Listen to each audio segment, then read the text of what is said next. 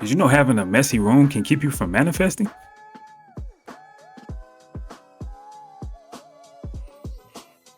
That's something that should have been brought to my attention like yesterday.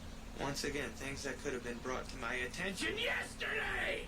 I was speaking to some Asian elders that I knew, and apparently the feng shui of your house can block your blessings and keep you from reaching your goals, and can keep you from relationships, money, health, and all kinds of things. I had no idea, so I was very intrigued. The main things I learned came down to these 5 key things. Number 1 was cluttered spaces. They said a cluttered and disorganized home can block positive energy flow and opportunities. The second thing was your door alignment. They told me that doors that directly align with each other in a straight line can cause energy to flow quickly through the house, potentially leading to lost opportunities. So it's actually not a good thing to have your doors align with each other. The third thing was broken objects. Keeping broken or malfunctioning items can lead to stagnant energy in the home, hindering progress and positivity. The fourth was unwelcoming entries. An entryway that is dark, cluttered, or generally unwelcoming can prevent positive energy and opportunities from entering your home. Maybe that's why people use welcome mat. The last thing was blocked windows. They told me that windows that are dirty or always covered can block light and positive energy, leading to a gloomy environment that stifles growth and happiness. This next one is about holding grudges. In the Bible, Jesus always spoke about forgiving anyone whenever you go to pray. Even though it's hard to forgive people, never getting your prayers answered is even harder. Holding grudges can have you to. Holding in anger or resentment leads to increased stress and anxiety.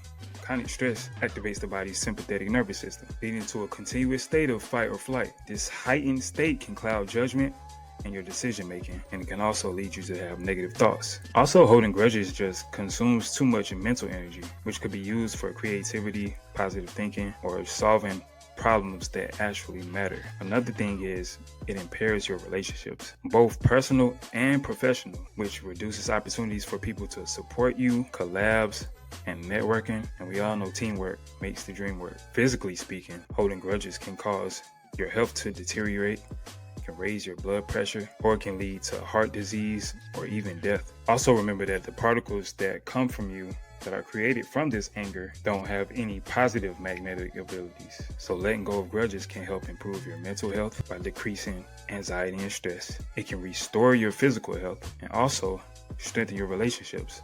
And more people are likely to help you in return. Remember, like attracts like, and positivity will attract more positivity. This next one is about the fear of change. When discussing the science of manifesting, it's important to explore how our brain structure and function can influence our ability to manifest, particularly understanding how our brain handles fear, especially the fear of change. The amygdala is like the brain's alarm system. It's deeply involved in processing emotional responses such as fear. When we face a new or uncertain situation, which is a common scenario when we manifest new desires, that's when the amygdala activates, which can either prepare us to act or hold us back in fear. The hippocampus in the brain plays a key role in forming new memories and can link past experiences to emotional states. So if past changes brought negative outcomes, then it might signal caution, and this caution will actually hold you back and remind you of your past. For example, just say you went up to go talk to someone you like, but you had a booger in your nose. It might remind you that, remember what happened last time? You had a booger in your nose.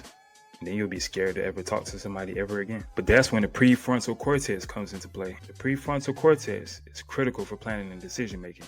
It helps regulate emotional responses by assessing the amygdala's impulses and providing a rational perspective. This part of your brain can empower you to see beyond immediate fears and focus on long-term goals, which is essential for manifesting. Another thing to remember when it comes to fear of change is you want to become a new person. There's probably no book or no video you need to watch. You just actually need to become a new person. You need to say to yourself, what type of person do I need to be? What type of person is healthy, nice, good looking, has a nice car, still wakes up at 5 o'clock in the morning and works out, and all of those things. Aside from mindfulness, meditation, and affirmations, and the stuff we always talk about, one thing you need to incorporate is exposure therapy if you have a fear of change. By gradually exposing yourself to the fear in a controlled way, you can reduce your sensitivity to the fear, which can make it easier to manifest change without emotional resistance.